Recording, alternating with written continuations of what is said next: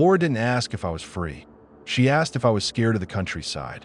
Her voice was thin and shaky, like she'd been crying so long her throat forgot how to do anything else. I could hear a TV in the background and the hollow buzz of a cheap fan. I was sitting in my car outside the agency office, eating cold fries out of a paper bag, watching rain stitch the windshield into little rivers. Because it's far, she said, and there's no signal, and I can't leave him alone. I should have said no right there. The address she gave me sounded like a made-up place your GPS only pretends to understand. The money she offered sounded like a lie. And the way she said him, like there was only one him in the whole world and he was taking up all the oxygen. Yeah, that should have been my cue to dodge it. But she started talking about her kid, not the one still alive, the one that wasn't. She didn't give me a poetic speech about loss. She said it blunt, like she'd been forced to repeat it to nurses and cops and relatives until the words got stripped of meaning. 3 years old. Suddenly. No warning. No dramatic build-up. Just a morning where her baby didn't wake up. And her dad, Antonio, 74, wheelchair, Alzheimer's eating him by the spoonful, didn't understand why the house got quiet and everybody started whispering around him like he was a bomb. I'm going back to the city, she told me. I can't hear this silence anymore. I need people around. I need a clinic. I need something that isn't just trees and wind and my own head. I could hear a kid in the background then, a boy, asking for juice. She didn't answer him. Her breath hitched like the sound itself stabbed her. I can't take my father, she said. He screams. He screams like he's being skinned when I put him in the car. And before he got like this, he made me promise I wouldn't take him away from the house. He said he didn't want to be far from my mother. Your mother's there? I asked. She died in this house, Laura said. And the way she emphasized this made my skin crawl. She's buried close, right behind the orchard. He knows. Even now, he knows when the ground under him changes. So she needed someone to stay. Someone to feed him mush, change him, dose him, keep him from rolling downstairs or choking his sleep. Someone to sit in the farmhouse with no signal while she went to the city to try not to drown. And by sheer bad luck, the dispatcher put my name on it. I'm not a saint. I'm not one of those people who gets off on suffering. I do this job because it pays. Because it's steady work if you don't look too closely at what it costs you. I do home care through a company that takes a fat cut and tells you you're family when they need you to accept a nightmare assignment. I try to wiggle out of it. I said distance. I said safety. I said the lack of signal was a problem if there was an emergency. You can use the landline, Laura said immediately, like she'd rehearsed it. It works, and I'll call every day. I promise. I'm not leaving you with him and disappearing. I'm not that kind of person. You'll notice she didn't say there weren't other problems. She just answered the ones I said out loud. So I accepted. I told myself it was temporary. A week, maybe 2. Long enough for her to get seen, get stabilized, get her feet under her. Long enough for me to stack some cash and pretend I was doing something decent. I didn't know I was agreeing to live inside somebody else's grief, like it was a room that locked behind you. I got there early, the sky still pale like a bruised eyelid. The road off the main highway turned into gravel, then into packed dirt, then into something that was barely a road at all. My tires chewed through mud. Trees closed in. The air got thicker, sour-sweet. The smell of wet leaves and old fertilizer. My phone went from one bar to no service like it had just given up out of spite. Then the gate appeared, tall metal, patched in places where it had rusted through and been welded back. The kind of gate that exists to keep people out, not to look nice. A chain and padlock, but it was open. Laura stood there with her son. I expected her to look like a horror movie version of depression. Hair matted, face hollow, eyes black-rimmed. She did look wrecked, but in a real way. Like she'd been too busy surviving to perform sadness for anyone. She wore jeans and a stained hoodie and rubber boots. Her hair was tied back like it was in the way of work. Her eyes were swollen but sharp, like she'd been sleeping with one ear open for months.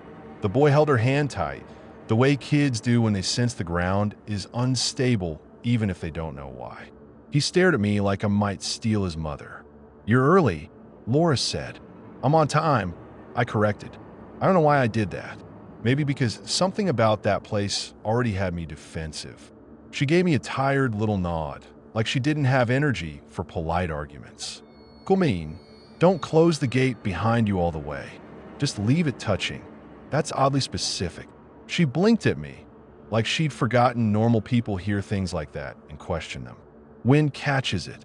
Slams. It makes him upset. First weird note. Small, explainable. I let it go. She led me up the path.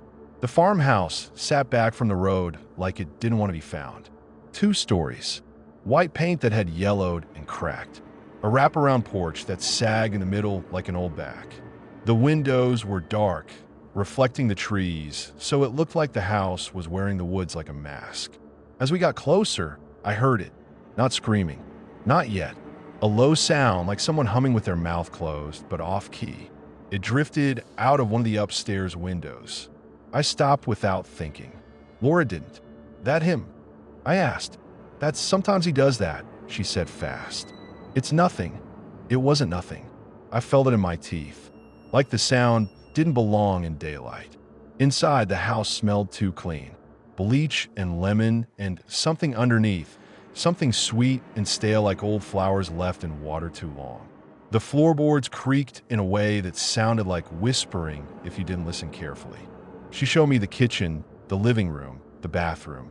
Everything functional. Everything scrubbed. Everything with that anxious, clean vibe like someone had been trying to wash grief out of the corners. Then she took me upstairs and opened a door at the end of the hall. "This is your room," she said. It was clean. Neat bed. Dresser. Small window facing the yard.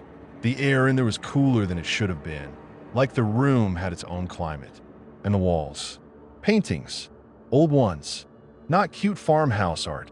Not landscapes. Actual portraits, dark oil paint, faces you couldn't stop looking at even when you wanted to.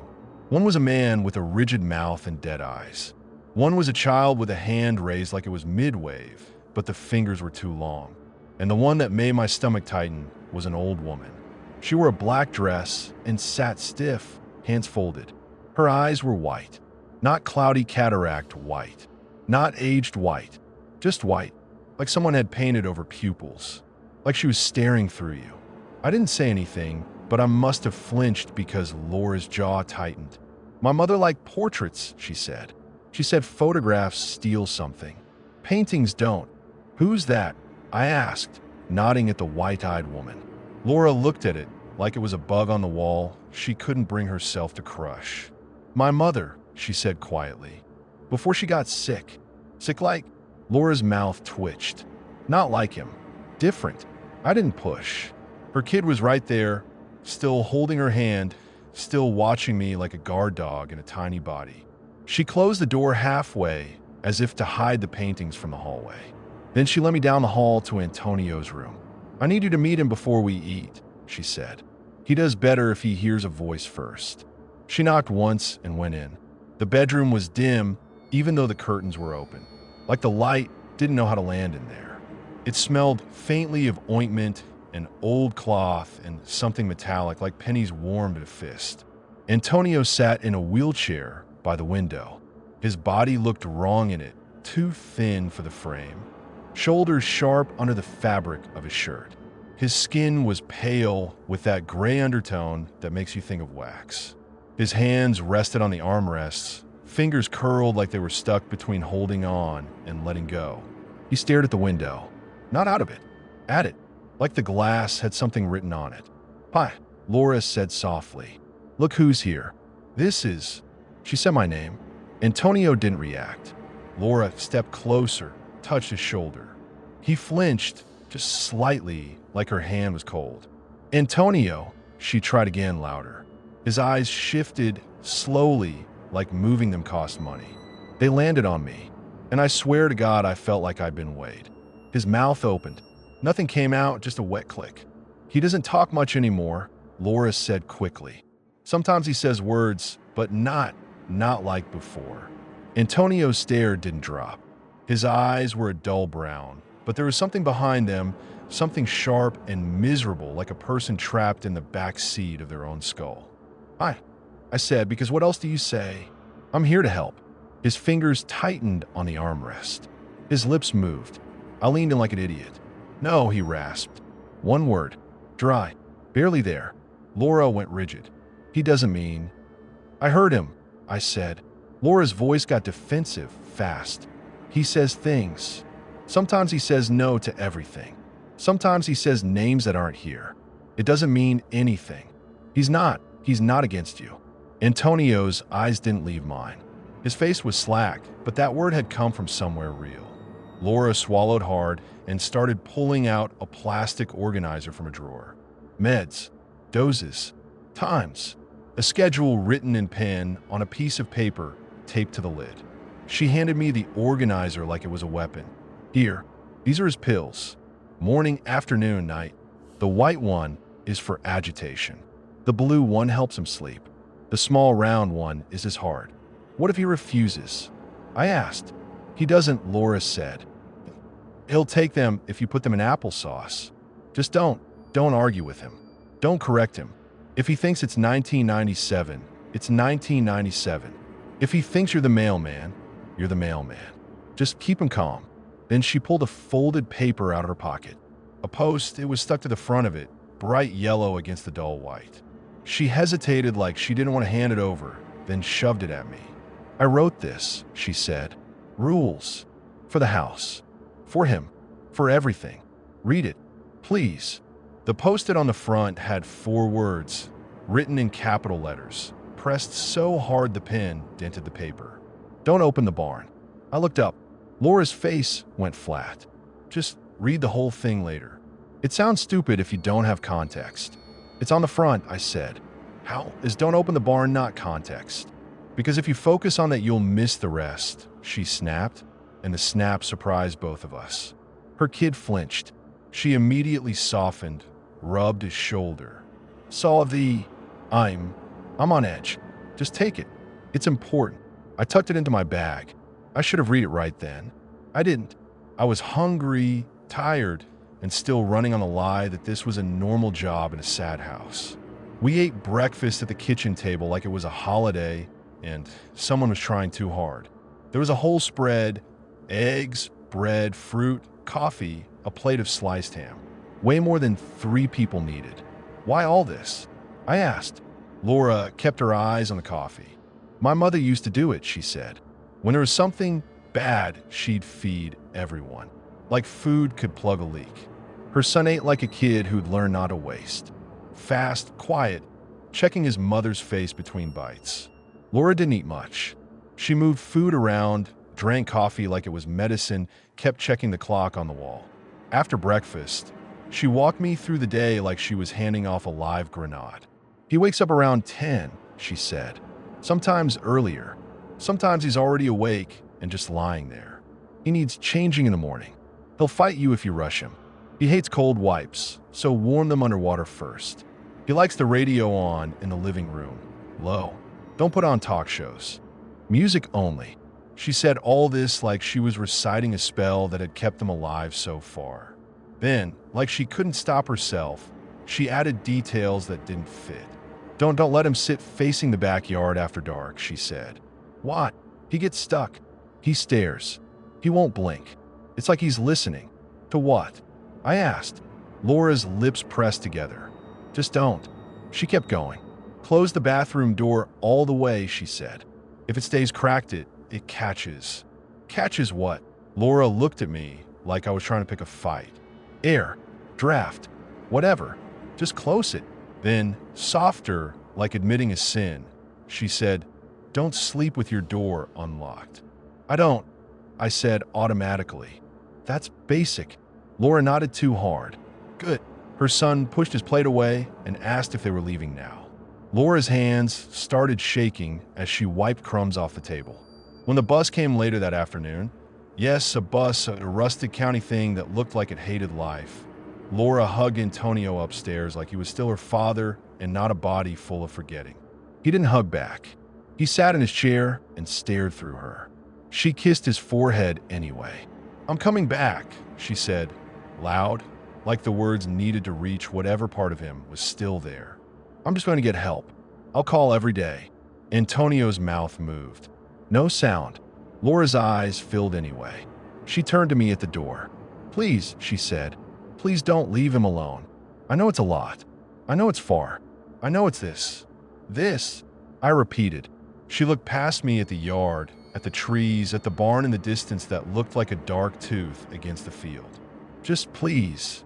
Then she and her son got on the bus, and it swallowed them and rattled away down the dirt road until the sound got eaten by wind. And I was alone with Antonio.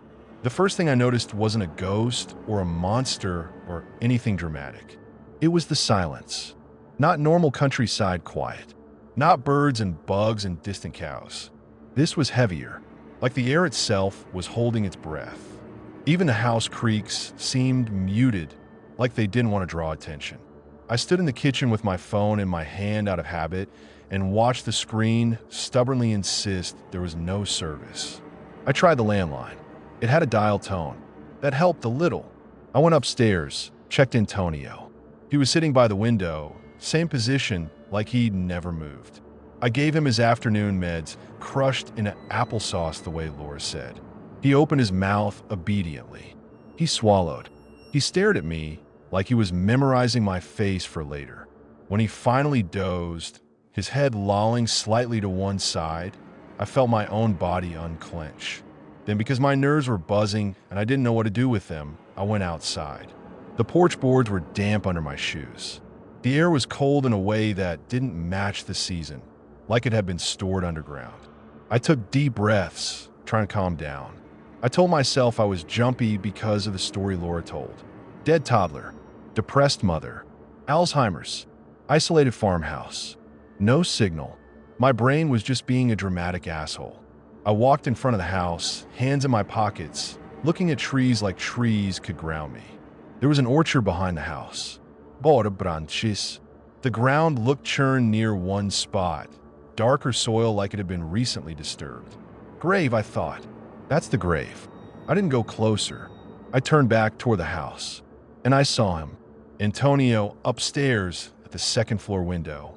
Not in his bedroom window. This was a different one down the hall. His face was pressed close to the glass.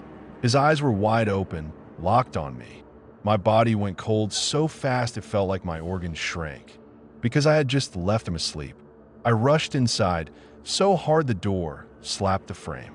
I took the stairs 2 at a time, heart hammering like I'd been running for miles. Antonio's bedroom door was shut. I shoved it open. He was in bed, under the blanket, mouth slightly open, breathing slow. Asleep. I stood there, sweating, staring at him like he was about to sit up and laugh. His hands were on top of the blanket. Still, wrinkled, nails trimmed. I backed out, shut the door, and walked down the hall toward the window where I'd seen him. Nobody. Just my reflection in the glass and the yard beyond, wind stirring the field. I tried to make a rational bridge. Maybe it was a reflection. Maybe a shadow. Maybe a painting. Maybe I imagined it. But I'd seen his face. I'd seen the shape of his skull. I'd seen the way his eyes pinned me. I went downstairs and called the company. The dispatcher sounded annoyed before she even said hello, like I was interrupting her lunch. "I need someone else out here," I said. "At least for nights." "This place is what?" She cut in. "I saw him upstairs," I said, while he was asleep. Silence. Then a sigh like I was being stupid. "You're anxious. It's your first time alone with an Alzheimer's patient in a rural setting. It's normal." "It's not normal," I snapped. "There's no signal. If something happens..." "You have a landline," she said flat. "Do your job. Everyone is assigned. We don't have extra staff to hold your hand. I'm not asking to be held. Fulfill your duty," she said, and I could hear a keyboard clacking like she was already writing me off. "If you abandon a client, you know what happens. You signed the policy." Then she hung up. I stood in the kitchen, staring at the receiver like it might explode.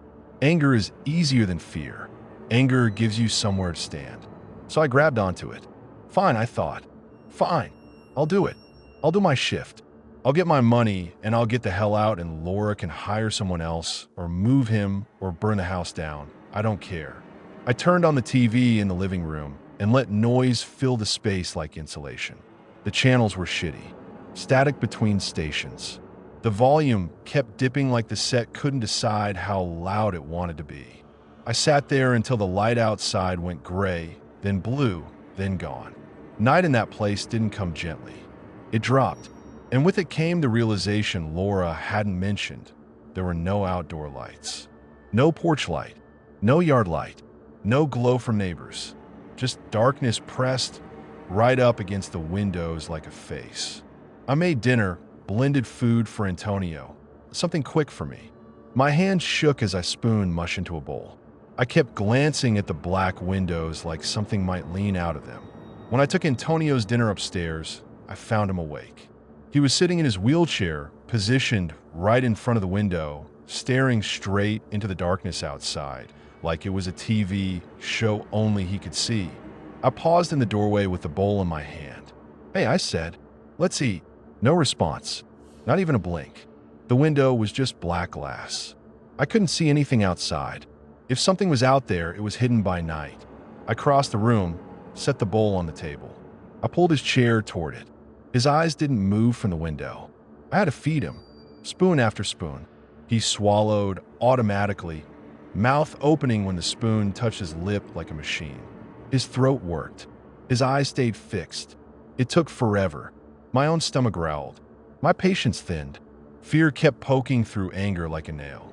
"Antonio," I said quietly, "because you end up talking anyway, even when you promise yourself you won't. What are you looking at?" His lips moved. I froze, spoon hovering. "She's cold," he whispered. The words were in Portuguese, thick and slow. I felt the hair on my arms lift. "What?" I said stupidly.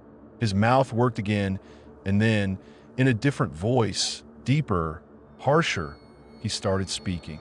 Not Portuguese. It poured out of him like vomit. A string of syllables, sharp consonants, guttural sounds. Then it shifted again into something more fluid, like French, then something that sounded like Spanish, but wrong. My brain tried to label it, failed, panicked. "Stop," I said, louder than I meant to. "Stop it." Antonio's head turned toward me, too fast. His eyes finally left the window, and he smiled. It wasn't a warm smile. It was a baring of teeth, like he was showing me what he still had. Then his face went slack again, and he returned to staring at the dark. I didn't finish feeding him. I left the bowl on the table and backed out of the room like it was a cage. Downstairs, I ate fast, standing up, fork clinking against the plate too loud in the quiet. While I ate, I felt cold air slide around my ankles, like someone walked past me even though the kitchen was empty. I heard whispers, not words, just the sound of breath shaped like speech. It circled, brushed my ears, then drifted away. I kept eating anyway, because hunger is stubborn and I was trying to pretend I was tougher than I was. When I finally went to my room, I locked the door. I checked it twice. I pressed my hand against it like I could feel the lock engage through the wood. I lay down and stared at the ceiling, listening. The house settled. Wood popped. Wind pushed at the windows. Then, sometime after midnight, Antonio screamed. It wasn't one scream. It was a chorus. High, low, young, old. Like multiple voices stacked on top of each other. And the words, Jesus, the words kept changing. Different languages. Different tones. Sometimes it sounded like pleading. Sometimes like anger. Sometimes like laughter. My skin went numb. I yanked my door open and ran down the hall, barefoot, heart slamming. Antonio's bedroom door was cracked. I pushed it open. He was asleep in bed, mouth open, breathing slow, no screaming, no movement. I stood there with my chest heaving, staring at him, waiting for him to sit up and prove me wrong. He didn't. The screaming stopped like someone hit mute. I backed out, turned to go back to my room, and I saw it. At the top of the staircase, half hidden by the railing, something gray leaned into view. Not a person. Not exactly. It had a shape like a hunched body, too thin, arms too long. Its skin looked like wet ash. Its head was wrong, Too smooth, too featureless except for eyes. Eyes that caught the little light from the hallway and reflected it back like an animal's. It watched me. I couldn't breathe. My throat locked. The thing tilted its head, slow, like it was curious. I didn't think. I ran. I slammed my door, locked it, shoved my bag against it like that mattered, and dove under the covers like a child. I stayed there shaking, listening for footsteps, for scratching, for anything. Nothing came. Eventually, exhaustion dragged me down. When I woke, sunlight was cutting through the window, pale and weak. My mouth was dry. My heart still felt too fast. I rolled over and saw my door. Unlocked and slightly open. My stomach dropped so hard I thought I'd throw up. The key was on my nightstand where I left it. The lock wasn't broken. The door wasn't forced. It was just open, like someone had turned the key from the outside. I sat up slowly, staring at that crack of hallway like it might widen on its own. Then I got up, grabbed the key, and locked it again, hard like anger could seal it. I went straight to check on Antonio. His bed was empty. The blanket was folded neatly at the foot, like someone had made the bed after getting up. The wheelchair was gone. The room smelled colder than before. Panic hit me like a slap. Antonio. I shouted. No answer. I checked the bathroom. Empty. I checked the hallway. Empty. I checked downstairs, calling his name louder, my voice echoing off the walls. Nothing. The front door was closed. The back door was closed. Then I heard it. Banging. Not a gentle knock. A loud, repeated slam, like someone was hitting wood with something heavy. It came from outside, from the direction of the barn. I ran out the front door into wind, so strong it snatched my breath. The day was overcast, clouds moving fast like the sky was trying to leave. The trees bent and hissed. The barn sat off to the side of the property, a big dark rectangle. The doors were shut and chained. A padlock hung there, rusted. The banging came from inside. My mouth went dry.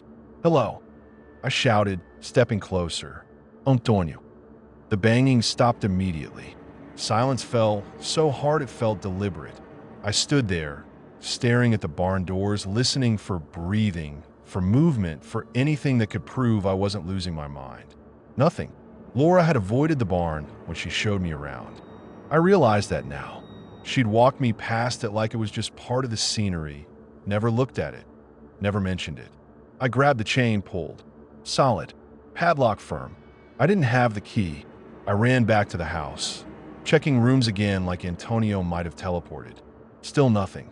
Then, because my brain was spiraling and I needed proof of reality, I went to the front yard and looked up at his bedroom window. And there he was, Antonio, in his wheelchair, watching me from upstairs. My knees went weak. I grabbed the porch railing to steady myself. I stared up at him until my eyes burned. He didn't move, didn't blink, just sat framed by glass like a thing on display. I bolted inside, up the stairs, down the hall, into his room. Empty. The bed still neat. The air still cold. No wheelchair. I spun around, ran to the window where I'd seen him. Nothing. Just trees and wind. I made a sound I didn't recognize, half sob, half laugh. My head felt full of static. I dragged the wheelchair from the living room. Yes, there was a spare one, folded by the wall like Laura expected something, and I planted myself in the living room with my back to the wall, eyes on every doorway. If Antonio appeared, I was going to keep him where I could see him. Period. After maybe 20 minutes, I heard wheels. Soft squeaks upstairs, then the slow bump of something shifting. I stood up, heart punching my ribs. Antonio rolled into view at the top of the stairs. He was in his wheelchair, alone. His hands were on the armrests. His feet rested on the footplate. He moved like the chair was moving itself. He descended one step at a time, the chair tilting in a way that should have flipped him. It didn't.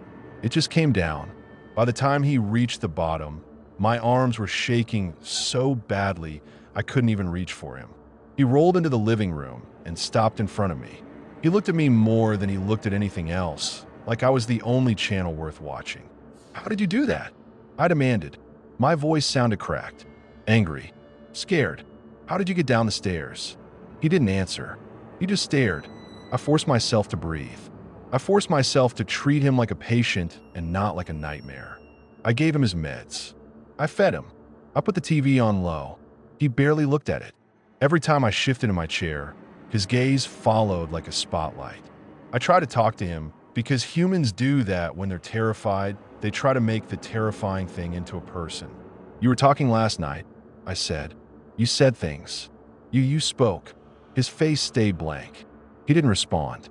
No languages, no whispers, nothing. When his eyelids started to droop, I pushed his wheelchair back upstairs, sweating, cursing under my breath. He didn't resist. He let me wheel him into his room, lift him onto the bed. His body felt light, too light like bone and paper. When he was settled, I backed away and shut his door. Then I went to shower because my skin felt dirty with fear. The bathroom was cold. The tile under my feet made me flinch. I turned on the water, waited for it to warm, stepped in. For a minute, the hot water helped. My shoulders loosened. I let my forehead rest against the wall and try to breathe.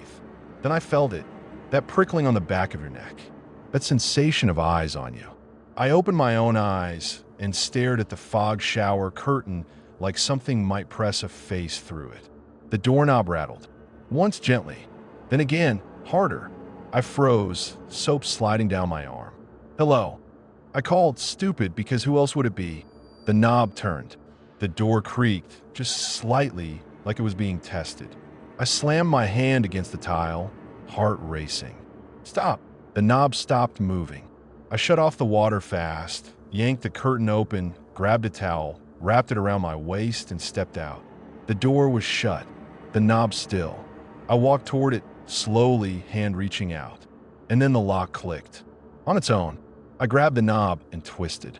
It wouldn't open. My breath turned shallow. My phone was downstairs in the kitchen. The landline was downstairs. I was trapped in a cold bathroom with a locked door and no way to call anyone. I pressed my ear to the wood. Silence. Then a soft scrape like something dragged a fingernail down the other side. I backed up, towel slipping. "Fuck," I whispered. I threw my shoulder against the door. It didn't budge. Again, pain shot through my arm. Again, the frame groaned. Finally, on the fourth hit, the latch gave. The door flew open and I stumbled into the hallway. Relief hit me so hard my vision blurred. I laughed once, a broken sound. Then I looked up. Antonio sat in his wheelchair at the end of the hallway, watching me. He was positioned perfectly, like he'd rolled himself there to be the first thing I saw. My heart stopped, then restarted wrong. "Ow," I croaked. "How are you out of bed?" He didn't answer. He just stared at my towel, on my bare feet, leaving wet prints on the floor and my face. And in that stare, I felt something I hadn't felt with him before. Not confusion, not dementia, assessment. Like he wasn't lost, like he was waiting. I was done pretending I could handle it alone. I went downstairs, hands shaking so hard I almost dropped my phone and called Laura. She answered on the second ring, breathless, like she'd been staring at the screen waiting for me to call. "Is he okay?" she asked immediately. "No," I said. "No, Laura. Something is wrong. He's moving when I'm not looking." He was upstairs watching me while he was asleep. He went down the stairs in his wheelchair alone. He locked me in the bathroom. I swear to God, he locked me in. There was a pause, then a tight inhale. "Are you sure?" she asked, and it wasn't disbelief. It was fear. "Do you think I'm calling to tell you fairy tales?" I snapped. "Does he know how to go down the stairs?" "No," she said fast. "Absolutely not. I was always the one. He can't. He would fall. Then how the fuck?" "I don't know," she whispered. "I don't know. Maybe he's having a moment. Sometimes near the end, they clear up." "He's not clearing up," I said. "He's still blank. He just does things when I'm not around." Laura's voice got small. "I'll come back. I'll try. I'm in the clinic right now. I can't just, but I'll come as soon as I can." "Soon as you can isn't good enough," I said, and I hated myself for it, but I meant it. This place is making me feel insane. Then I heard a shout outside, a man's voice calling from the gate. Hey, hello. I pressed the phone tighter to my ear. Someone's here, I told Laura. At your gate. Don't let anyone in, she said immediately. Don't, just be careful. I hung up and went to the porch. A tall young guy stood by the gate, hands in his pockets like he owned the road. He wore a flannel jacket and jeans, boots muddy. He looked like he belonged out there, like the trees knew him. He raised his chin when he saw me. Laura sell the place? He asked. No, I said. I'm a caregiver. I'm here with Antonio. His eyes narrowed. Laura didn't tell me she hired anyone. Laura doesn't have to tell you, I said, but my tone came out sharper than I intended. My nerves were raw. I was tired. I didn't like the way he looked at the house like it was a crime scene. He held his hands out a little, placating. Easy. I'm Thor. I live down the road. Neighbor. Been here years. Thor, I repeated. Like, Thor. He shrugged, like he'd heard the joke his whole life. My mom was into that stuff. Okay, I said. Why are you here? He glanced toward the barn, then back at me. Saw movement, he said. Lights last night. Thought maybe Laura was back. There are no lights, I said automatically. He gave me a look like I was the one missing obvious facts. There's been lights sometimes. Not like electricity, like a glow. Comes from the barn. My mouth went dry. Thor took a step closer to the gate. Look, I'm not trying to be a creep, but you should know I've seen Antonio out there. At dawn, goes to the back, to the grave, then to the barn. Every night, or most nights. The word grave made my stomach twist. The churned soil, the darker patch, the orchard. And you didn't tell Laura? I demanded. Thor's jaw tightened. You think she doesn't know? He said. She knows everything this place does. She just acts like it's normal. That hit me wrong, like a puzzle piece snapping in. I pulled my ID out of my pocket and held it up. I'm legit, I said, because I didn't want this guy thinking I was some squatter or thief. Here, company card. Call if you want. Thor studied it, then nodded slowly. Okay, he said. So you're really stuck out here? Yeah, I said. And there's a barn key issue. At the word key, his face shifted. Not surprise. Recognition. You don't have it, he said. No. Laura says only Antonio knew where it was, and he can't. I stopped because even saying he can't talk felt stupid now. He could talk when he wanted to. He could scream in languages. He could move in ways he shouldn't. Thor glanced toward the orchard again. Key in the house, he said quietly. If it was, she'd have found it by now. She tore that place apart after the kid. The mention of the dead toddler made my throat tighten. Thor noticed and looked away, like he regretted saying it. I went inside, grabbed the folded paper Laura gave me, and finally read it. It wasn't long. 7 rules, handwritten, the pen pressure uneven like she'd written it while shaking. The post-it on the front screamed at me from the top, like it wanted to be the only thing I saw. Don't open the barn. Under it, Rule 1. If Antonio asks where Laura is, tell him she's in the garden. Not the city. Not gone. Rule 2. Never let Antonio sit facing the orchard after sunset. Turn his chair, even if he fights you. Rule 3. If you hear him speaking clearly at night, do not answer him. Pretend you're asleep. Rule 4. Keep your bedroom door locked. If it's unlocked in the morning, leave the room backwards. Rule 5. Do not go into the barn. Do not look into the barn. Do not break the lock. Rule 6. If you smell wet dirt inside the house, check the windows first, not the doors. Rule 7. If you find the yellow post-it somewhere else, do not pick it up with your hands. 2 of them sounded insane. 3 sounded arbitrary. 1 sounded deceptively safe. Tell him Laura's in the garden, like a harmless lie to calm a confused old man. But the ones about the door unlocked in the morning, about hearing him speak clearly at night, about wet dirt smell, those weren't advice. Those were survival notes. And the last one, about the post-it moving, made my stomach turn because I hadn't moved it. It was still stuck to the paper. I stared at the rules until the letters blurred. Then I heard wheels upstairs. Soft squeak. Then silence. I folded the paper and shoved it back into my bag, like hiding it would make it less real. I went upstairs. Antonio was in his bed, eyes open, staring at the ceiling. His mouth moved. I didn't answer. I backed out of the room. That night, I didn't sleep. Thor came back before sunset like he said he would. He stayed by the gate, like he didn't want to cross into the property without permission. "Laura say you can break in?" he asked. I called, I said. She said if we find the key, we can open it. She didn't say to break the lock, but she didn't say not to either. Thor's eyes flicked to the house. "Something's wrong in there," he said, like it wasn't a question. "You have no idea," I muttered. Wind rattled the trees. The field looked bruised under the gray sky. Thor pointed toward the orchard. "Grave's back there," he said. "You seen it. Not up close. You want to find a key," he said, voice low. "You follow the path he takes. Grave first, then barn." "What's at the barn?" I asked. Thor didn't answer right away. His jaw worked like he was chewing something bitter. "I reminded myself for years it was none of my business," he said finally.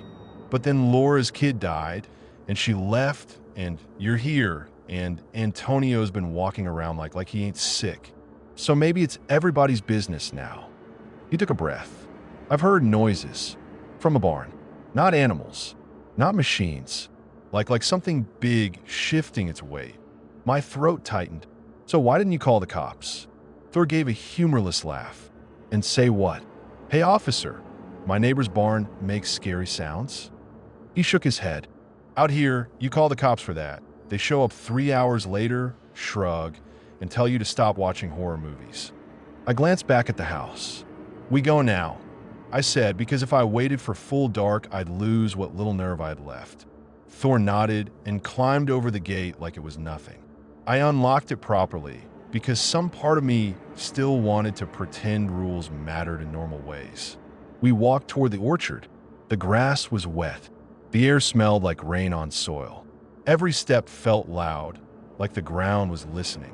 The grave was near the first line of trees, close enough to the house that you could see the porch from it. A simple stone, her name carved into it. Dates. Nothing fancy. The soil around it looked wrong, not like it had been disturbed recently, more like it never settled properly, like something under it kept shifting. Thor didn't hesitate. He pulled a small shovel from his jacket like he planned this. "You just carry that around?" I asked, incredulous. Thor shrugged. "Farm country." "Thor," I said, "this is grave digging." He started anyway. The shovel bit into soil that felt too soft. "Vet." It stuck to the metal like clay. The smell that rose up was thick and sweet and rotten, like compost. I stood there, heartbeat in my throat, thinking about Laura, thinking about the dead kid, thinking about Antonio whispering she's cold. "This is insane," I muttered. Thor dug faster. "This is answers," he snapped back, and the snap had the same edge Laura's had earlier. People in that place ran out of patience like they ran out of daylight. We hit wood, a dull thunk that made both of us freeze. Thor scraped soil away, hands now, ignoring the mud. The coffin lid showed through, old boards darkened by moisture. Thor swallowed. "If there's a body," he said, voice tight, "we stop. We cover it back. We pretend this didn't happen. And if there isn't?" I asked. Thor didn't answer. He wedged the shovel under the lid and pried. The wood creaked like it was alive. The lid lifted. I braced myself for the smell of decay, for bones, for hair, for the sick reality of what we were doing. But there was no body, no bonus, no class, no rot, just emptiness. And in the center of the coffin, sitting alone like a joke, was a key. A single old key, metal darkened with age, lying on the bare wood. Thor stared at it, then at me, eyes wide, face pale. My mouth went dry. My brain tried to insist I was dreaming. It felt easier to believe the coffin was a hallucination than to believe someone had removed a body and left a key like a breadcrumb. "What the fuck?" I whispered. Thor reached in and grabbed the key like it might vanish. His fingers came out smeared with wet dirt that didn't make sense because there was no body, no reason for the inside of the coffin to be damp. "We close it," I said, voice shaking. We close it right now." Thor slammed the lid down like he couldn't stand looking into it anymore. We shoveled dirt back fast, messy, not caring about respect, just wanting it covered, wanting the ground to pretend to be normal again. When we finished, Thor stood there panting, key clenched in his fist. "We go to the barn," he said. "We shouldn't," I said immediately, because the post-it in my bag suddenly felt like it was burning through the fabric. "Don't open the barn." Thor's eyes were hard. "Then why the hell was the key in a coffin?" he snapped.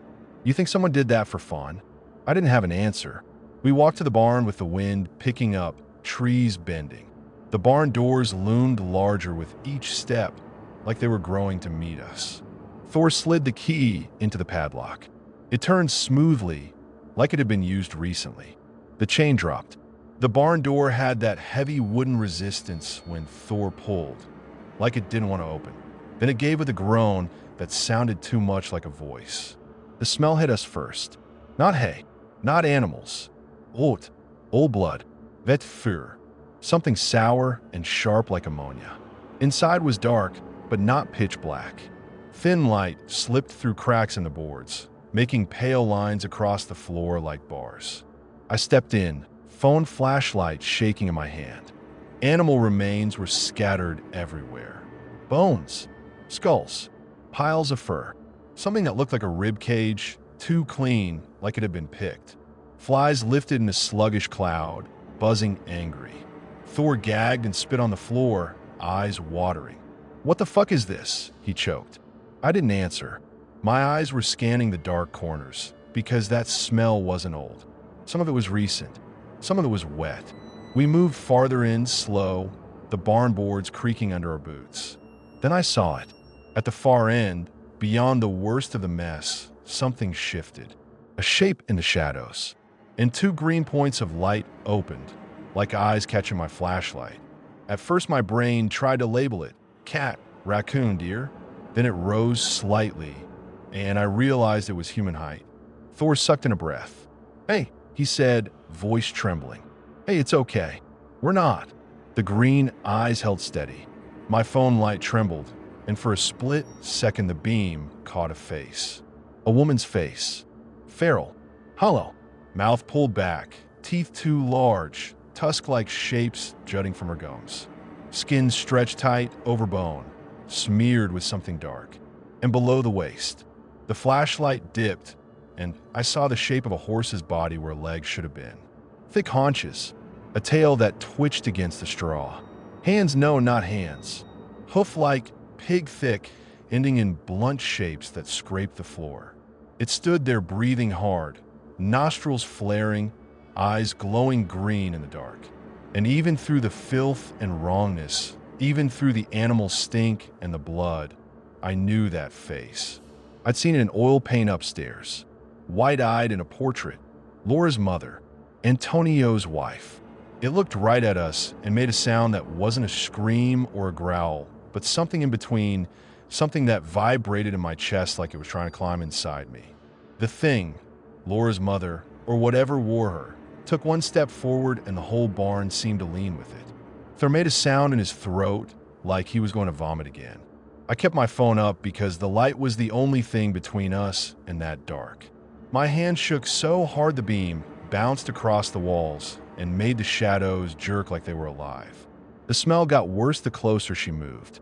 Bit hide, old blood, something chemical under it like burned plastic. She dragged one of those pig hoof hands along a post, and the wood squealed. Her green eyes didn't blink. They weren't even eyes, not really. More like lights behind glass. Thor whispered, "Laura's mom," like saying it out loud would make it less insane. I couldn't answer. My brain was stuck on the portrait upstairs. White eyes and paint, now green eyes and flesh. She opened her mouth, and the noise that came out was wrong. Not a word, not even an animal sound. It was like breath forced through something that wasn't built for it. A wet hiss with a pulse to it, like it hit a rhythm and tried to make your heart match. And then she lunged, not fast like a horse, fast like something that didn't care about joints. Thor yelped and stumbled backward. I jerked my flashlight up, and the beam hit her face dead on. For half a second, I saw details I'll never get rid of. Skin pulled tight over cheekbones, black veins like bruises, the the tusks wet with spit, and something stitched at the corner of her mouth like the skin had split and someone had tried to fix it with thread. I backed up, tripped on a pile of bones, caught myself on a post. My elbow slammed wood and pain shot up my arm. Out. I snapped at Thor. Out. He didn't argue. He turned and ran, boots slipping in slick straw. I ran behind him, phone clutched like a torch, the beam bouncing wild. Behind us, hooves hammered the floor. Not normal hoof sound. Too heavy. Too close. Too many impacts, like more than 4 legs were hitting, even though I only saw 4. We burst out of the barn into wind that nearly knocked me sideways. Thor yanked the door hard like he could shut the nightmare back in. The door slammed, chain clattered, padlock swung useless because we didn't relock it. We just ran. I was breathing like I'd been underwater too long. My lungs burned. My mouth tasted like metal. Call the cops. Thor barked at me as we sprinted toward his place. No signal. I shouted back, waving my phone like an accusation. Then we get to mine. Mine gets bars by the road. We hit the gate, my legs already jelly. Thor vaulted it again like it was nothing. I fumbled it open, hands slipping on wet metal, and we tore down the path toward his house. Halfway there, I heard glass break. I turned my head without thinking and saw something fly out of the second-floor window at Laura's house. A wheelchair. Antonio's wheelchair. It tumbled end over end, hit the ground with a sickening crash, and landed twisted like a dead insect. We both stopped, so hard we almost fell. "What the fuck?" Thor whispered. My stomach dropped. "He's in there."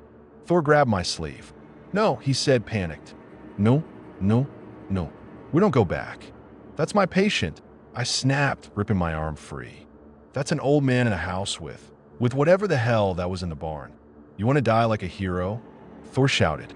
"Because that's how you die like a hero." "I'm not trying to be a hero," I screamed back. "I'm trying to not leave someone to get murdered." And then the power died. It wasn't just the house. It was like the whole property blinked off. The porch light that wasn't there didn't matter, but the little glow from inside windows gone. The TV flicker gone. The farmhouse became a silhouette. My phone flashlight was the only light we had. Thor's face looked bone white in it. "You see that?" he hissed. I nodded because I couldn't speak. We ran back anyway, like idiots, like people who haven't learned the lesson yet. The front door was closed. I grabbed the knob. Locked. I shoved my shoulder into it. "Antonio." I yelled. "Antonio, it's me." Nothing. Wind slammed the porch screen against the frame, and the sound made me flinch so hard my neck hurt. Thor hissed, "Back door." We ran around the side of the house, flashlights cutting through darkness, feet sliding in wet grass. The back door was cracked open like someone had left it that way on purpose. My throat went tight. "No," I whispered, because every horror instinct in me screamed not to go in. Thor pushed past me. "In and out," he said, voice shaking. We grab him, we leave. That's it. We stepped into the kitchen. The house felt different without power. Not just dark wrong. The air was colder. The silence had a pressure to it, like your ears needed to pop. My flashlight beam hit the kitchen table. The plates from earlier were still there. My fork, my cup, and on the table, in the middle like it had been placed neatly, was the bright yellow Post-it. I stared at it, because I hadn't left it there. I left it stuck to the rules paper in my bag. Rule 7 punched through my head. If you find the yellow Post-it somewhere else, do not pick it up with your hands. Thor reached for it automatically. "What is?" "Don't." I snapped, grabbing his wrist hard. He jerked back, eyes wide. "What?" It's a rule," I said, hating myself for how stupid it sounded, but more scared of what would happen if he touched it. "Just don't. Use something. Paper towel. Anything." Thor stared at me like I'd lost my mind, then looked at the Post-it again, and his face shifted like he'd finally noticed how wrong it was that a Post-it could feel threatening. He grabbed a napkin, pinched the Post-it through it, lifted it. Under it, the wood of the table was wet. Not spilled water wet. Dirt wet. It smelled like rain-soaked soil, heavy and fresh inside the house. Rule 6. If you smell wet dirt inside the house, check the windows first. Not the doors. I swung my flashlight toward the kitchen window. Something was pressed against the glass from the outside. A face. Gray smooth, no features except eyes that caught the light and threw it back. The same thing I'd seen on the staircase the first night. It was right there, inches from me, separated by a thin pane of glass. Thor made a strangled noise and stumbled back, slamming into the counter. The face didn't move. It just watched. Then, slowly, it slid away from the window like it was being pulled sideways. I didn't look at the doors. I didn't look down the hall. I kept my light on the windows like the rules said, and my body shook so hard my teeth chattered. From upstairs, we heard a sound. Not footsteps. A metallic clack. Then another. Thor whispered, "That's a gun." My blood went cold. Antonio did not own a gun. Laura never mentioned one. But this was a farmhouse. People out here had guns like they had tools. We moved into the living room, flashlights up, breathing shallow. The staircase loomed in front of us, black throat of the second floor. A sound came again, distinct, unmistakable. A shotgun being racked. Thor grabbed my shoulder and yanked me down behind the couch, so fast my knees hit the floor hard. "Get down," he hissed. I crouched, heart banging, flashlight shaking in my hand. Then the shot fired. The blast in the dark was insane. It punched my ears. The smell of gunpowder rolled down the stairs like smoke. The pellets hit the wall above the couch and wood exploded. Splinters rained down. I felt one slice my cheek. I pressed my hand to my face, felt blood, warm and real. Thor's eyes were huge. "He's shooting at us," he mouthed. Another clack. "Reload." We didn't wait. We crawled low toward the back door. My flashlight beam jittered across the floor. I could hear my own breathing like it was someone else. We made it to the kitchen, still crouched, still half blind in the dark. Another shot boomed from upstairs. This one hit the kitchen wall, shattered a cabinet door, sent ceramic plates screaming to the floor. They shoved the back door open, and we spilled out into the yard like we'd been thrown. We ran, not toward the barn, not toward the grave, toward Thor's house, because it was the only place that still felt like a human place. We didn't look back. We didn't stop. The wind slapped our faces. My lungs felt like they were tearing. When we reached Thor's gate, he vaulted it again, grabbed my arm, dragged me over it like I weighed nothing. We slammed into his porch. Thor fumbled his keys so hard he dropped them twice. "Come on," he hissed. "Come on, come on." The door finally opened, and we spilled inside. Thor locked it, then locked it again like doubling up mattered. He flicked on a lamp. It didn't work. Power was out here too. But his phone got signal the second he stepped away from the window. He dialed 911 with shaking fingers. While he did, my hands finally caught up to my brain, and I realized I was still holding my phone, still recording, because at some point in the barn I'd hit video without thinking. I'd filmed her, Laura's mother thing. Half horse, tusks, green eyes. I stared at the screen, nauseated. It felt obscene to have it captured, like it shouldn't be able to exist in a file. Then I remembered Laura. I remembered her crying voice, her promise to call every day, her rules paper like a confession. I sent the video. No text, just the file. There was talking to the operator, voice strained. "Shots fired. Yes, yes, in my neighbor's house. I don't know. There's an old man. There's something else. Please just send someone." I sank on a Thor's couch, shaking. My cheeks stung where the splinter hit. My hands were smeared with mud from the grave. My throat tasted like bile. My phone buzzed immediately. "Laura." I answered. Her voice came through like a broken speaker, loud and panicked. "What is that? What did you send me?" That's not." "Laura," I gasped. "Your father shot at us. He threw his wheelchair out the window. The power's out. We're at Thor's. He called the cops. My mother is dead," she screamed. "She's dead. I buried her." I watched them close the coffin. "She wasn't in the coffin." I snapped back, and the words came out raw. "We dug it up. There was no body. The key was there. Just the key." "Laura, what the fuck is going on?" Silence, then a sound like she'd lost her breath. "You dug up my mother," she whispered, horrified, and for a second, she sounded more human than she had all day. I didn't want to, I said. Thor did, but he was right. The key was there, and she's in the barn. Or something is. Laura's voice turned sharp, defensive, like an animal backed into a corner. You opened the barn. You told me not to. I snapped, but you didn't tell me why. You left me there with him. You left me with this. I didn't leave you, she yelled. I hired help. That's what you are. Help. That word hit me like a slap. Before I could answer, Thor's head jerked toward his front door. Something thudded against it. Once, then again, harder. Thor went pale. They're here, he whispered. They? I mouthed. Another slam. The door frame rattled. Then a voice came from outside. Not Thor's. Not mine. Antonio's. Clear. Loud. In Portuguese. Calling Laura's name. Laura, he sang, almost cheerful. Laura, open up. My blood went ice. Laura heard it through the phone. She made a small sound, like a whimper swallowed. That's him, she whispered. That's my father. He's at Thor's door, I said, voice shaking. How the hell is he at Thor's door? Another slam. The wood groaned. Thor whispered, back room. Now, we didn't run upstairs. We didn't try to be smart. We did the dumb, desperate thing and shoved the couch against the front door. It took both of us straining, shoes sliding on the floor. The couch scraped, wood complaining. Outside, something hit the door again and the whole thing shuddered. Then a different sound. Scratching, like nails on wood.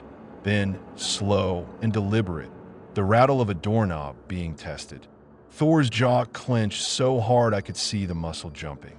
I was still holding my phone, still connected to Laura.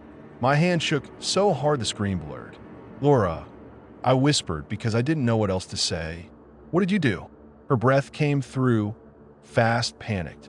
I didn't do anything. I swear to God. I left because I couldn't stay there. I couldn't breathe. I thought if someone else was there, he'd be calmer. Calmer, I hissed. He's trying to break down a door. Another slam. The couch shifted, just a little. Enough to remind us it wasn't an actual barricade, just furniture against force. Thor grabbed a kitchen knife from a drawer and held it like it meant something. I wanted to laugh. I wanted to cry. I wanted to crawl out of my own skin. The voice outside changed. It wasn't Antonio's anymore. It got deeper, more amused. Thor, it called in perfect English now. Thor, open. We're family. Thor's face went white. He mouthed, "How does it know my name?" I stared at him, then at the door, and my stomach turned. It wasn't just Antonio outside. It was whatever used him. The thing from the window. The thing in the barn. The rules. The post-it. The wet dirt. The voices. It all felt connected by a thread I couldn't see, but could feel tightening around my chest. Laura whispered through the phone, "Please don't let him hurt anyone. Don't let him." I snapped, almost hysterical. "Laura, we're not letting him do anything. He's doing it." The scratching on the door stopped. For a second, there was only wind and our breathing. Then something heavy hit the door, so hard the couch jumped and the front door cracked to the frame. Thor swore, loud, shaky. "Fuck." We pushed back, bodies pressed against the couch, feet braced. My shoulder screamed in pain. And then, sirens. Far away at first, then closer, then loud enough to make my heart jolt. Red and blue light flashed through cracks in the curtains like lightning. Outside, footsteps. Shouts. "Sheriff's office. Show your hands." A gunshot. Not from inside. Outside. Then another. Then silence, so sudden it felt like being dropped underwater. Thor and I stayed frozen against the couch, ears ringing. A voice shouted, "Come out. It's safe. Come out now." Thor looked at me, eyes wild. "Is it?" he mouthed. I didn't know. We moved the couch back slowly, hands shaking. Thor unlocked the door with fingers that didn't seem like they belonged to him. When we opened it, cold air rushed in. The yard was full of cops. Flashlights, guns drawn, faces tight. One officer held up a hand. "Stay right there," he said. "Are you hurt?" I lifted my hand to my cheek, showed blood. Just a splinter, I croaked. He shot at us. Who shot at you? The officer asked. Antonio, I almost said, and it sounded insane even in my head. Thor pointed past the cops, toward the side yard near the road. There, he said hoarsely. They put a body on the ground. Face down, arms twisted wrong, blood dark on dirt. A deputy rolled the body slightly with his boot, careful. Flashlight beam hit the face. It was Antonio. For a second, my brain refused it. Because Antonio was frail. Antonio was wheelchair-bound. Antonio was a pale, thin man with blank eyes and mush food and pills crushed in applesauce. But the man on the ground had Antonio's face, Antonio's thin lips, Antonio's sharp nose, Antonio's sickly skin. There was a shotgun near him, dropped in the grass. I felt my legs give, and I grabbed the porch rail to keep from falling. Yeah, I tried. My mouth didn't work. One of the officers looked at us like he'd already decided we were full of shit. You're telling me an elderly Alzheimer's patient shot at you and then ran here? Thor barked a laugh that wasn't humor. You see the body, don't you? The officer's jaw clenched. He glanced toward Laura's house in the distance, dark and silent. We're gonna need statements. I gave mine in pieces because my brain kept slipping. I told them about the wheelchair, about the power, about the shots in the house. I did not tell them about the barn creature at first, because I wanted to be taken seriously long enough for them to at least go check. Then one of them asked, "What's in the barn?" My stomach twisted. "What?" I asked. "Doors open," the deputy said. "Smells like death from 50 yards. Thor and I exchanged a look. I felt my skin crawl. "You need to go in there," I said, voice shaking. "You need to go in there with guns and lights, and you need to be ready." The deputy gave me a look like he thought I was dramatic. "We've seen plenty," he muttered. He didn't understand what I meant by ready. They drove to Laura's property with us following in the back of a cruiser because they wouldn't let us go alone. The road back felt unreal, like a looped dream. The farmhouse appeared again, black against the gray night, like it had been waiting. The barn doors were still open. The smell rolled out like a wave. Officers went in with flashlights. We stood outside behind tape, shivering. I could hear them muttering, coughing, gagging. Then one of them came back out, face pale, and said, "Jesus." They went back in. More flashlights. More voices. I waited to hear someone scream. I waited to hear someone call for backup. Instead, after maybe 10 minutes, an officer came out and looked at me with a frown. "There's animal remains," he said. "Lots, but no person. No whatever you said you saw." My mouth went dry. "That's not possible." He shrugged like he was done humoring me. "We're searching the whole structure. If you're hiding somebody in there, now's the time to—" "I'm not hiding anyone," I snapped. "I saw her. I filmed her." "Filmed who?" he asked. I pulled my phone out with shaking hands and showed the video. The officer watched, face hard, then softer, then tight again. He looked at Thor. "That's inside this barn." Thor nodded, swallowing. "That's what we saw." The officer's eyes flicked back to the open barn. He motioned to another deputy and said something low I couldn't hear. They went back in, more alert now, guns out, lights scanning deeper. They came out 20 minutes later, looking irritated and unsettled. "Nothing," the deputy said. "No sign of that. No tracks. No blood fresh enough. Nothing alive." My stomach sank, because if it wasn't in the barn anymore, that meant it was somewhere else. They searched the property, the orchard, the grave area, the house.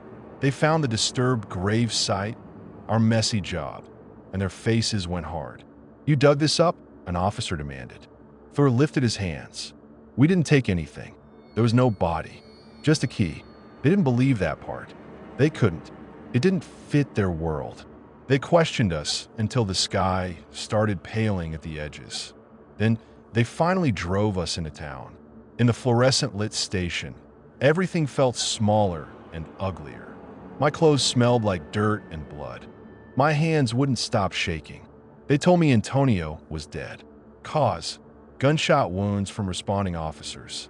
They asked if he'd been violent before. They asked if Laura had mentioned weapons. They asked if I'd hit him. They asked if Thor had. I kept repeating, he couldn't even walk. He couldn't even talk. He needed help to go downstairs. The officer taking my statement stared at me like I was trying to sell him a ghost story. People do strange things, he said flat. Sometimes sick people get strong. Not like that, I said, my voice cracked. Not like what I saw. Thor drove me to the city later that day because I couldn't bring myself to get back in my car alone. My hands were too shaky to hold the wheel. We rode in silence for most of it. When we hit a stretch where my phone finally got full bars again, it buzzed nonstop. Missed calls. Laura. I didn't answer until I was back in my apartment, door locked, blind shut like I could keep the farm out by force. When I finally picked up, her voice exploded through the speaker. You let them kill him, she screamed. No griting. No confusión. Pure rage. I didn't, I started. My father is dead, she said, like spitting it out might make it less true. He was sick and helpless, and they killed him. And it's because you... He shot at us. I snapped, anger finally cutting through the numb. He fired a fucking shotgun in a dark house. He tried to break into Thor's house. What was I supposed to do, Laura? Offer him tea. You opened the barn, she screamed. You dug up my mother. You broke every rule. You left me there with rules like I was supposed to guess what they meant. I shot back. You left me there with a man who wasn't acting like a man anymore. You knew something. You knew. There was a pause. Then her voice went low, shaking. You don't understand that house, she whispered. I understand enough, I said. I'm done. I'm not going back. I quit. You can't quit, she hissed. You took money. You took responsibility. I took a job, I said, voice hard. And it turned into something else. Something you didn't tell me. Laura's breath came fast. You're going to pay for this, she said, and there was something in her tone that made my stomach twist. Not grief. Not hysteria. Something colder. Then she hung up. I sat there staring at my phone until the screen went dark. I called my company next. I didn't explain. I just said I was resigning effective immediately, and if they tried to send me out again, I'd never work in care another day. The dispatcher tried to guilt me. I told her to go fuck herself and hung up. For days after, my body acted like it was still on that porch listening for a door to rattle. I jumped at every creak in my apartment. I slept with a chair under my doorknob, like a paranoid cliche. Thor texted me once. Just one line. They didn't find anything. No creature. No woman. No sign of Laura's mother. They found animal remains. They found bloodstains too old to test properly. They found a barn full of rot and nothing that explained the video. They searched the woods and fields and creek beds and came up empty. They chalked it up to illegal dumping, wild animals, some kind of hoarder horror. They treated my story like trauma, brain stitching nightmares into reality. But I have that video. I still have it. I've watched it when I can't sleep, hating myself, needing proof I didn't invent it. Sometimes I swear the eyes in it aren't just reflecting my flashlight. Sometimes I swear they shift, like they're tracking whoever watches. Laura never called again after a threat, but I've seen her name pop up in my notifications in weird ways. Friend suggestions, random people you may know lists, a spam email from an address that looks like her name misspelled. Every time my stomach flips. A month after it happened, I drove past a farm on a different job. Not Laura's. Different county. Different road. I stopped at a gas station nearby. While I was pumping, I smelled wet dirt. Strong. Fresh. Out of nowhere. I turned my head and looked at the windows of the station like the rule flashed in my mind on its own. Nothing pressed there. No gray face. Just my reflection, tired and pale. Then I heard hooves. Just once. A dull thump on pavement behind the building. I froze with my hand still on the pump. And I told myself it was a horse trailer. It was somebody's livestock. It was anything normal. I finished pumping without looking back. I still don't know if Antonio was ever really sick. I still don't know if the Alzheimer's was real or if it was cover. If he was trapped or pretending or being warned. I still don't know what Laura knew or what she was running from or why the coffin was empty except for a key like a joke left by something that thinks it owns the rules. And I still don't know where the thing in the barn went when the cops came in with lights and guns. But I do know this. The barn door was open when we left it. And as far as anyone can prove, whatever was inside isn't anymore.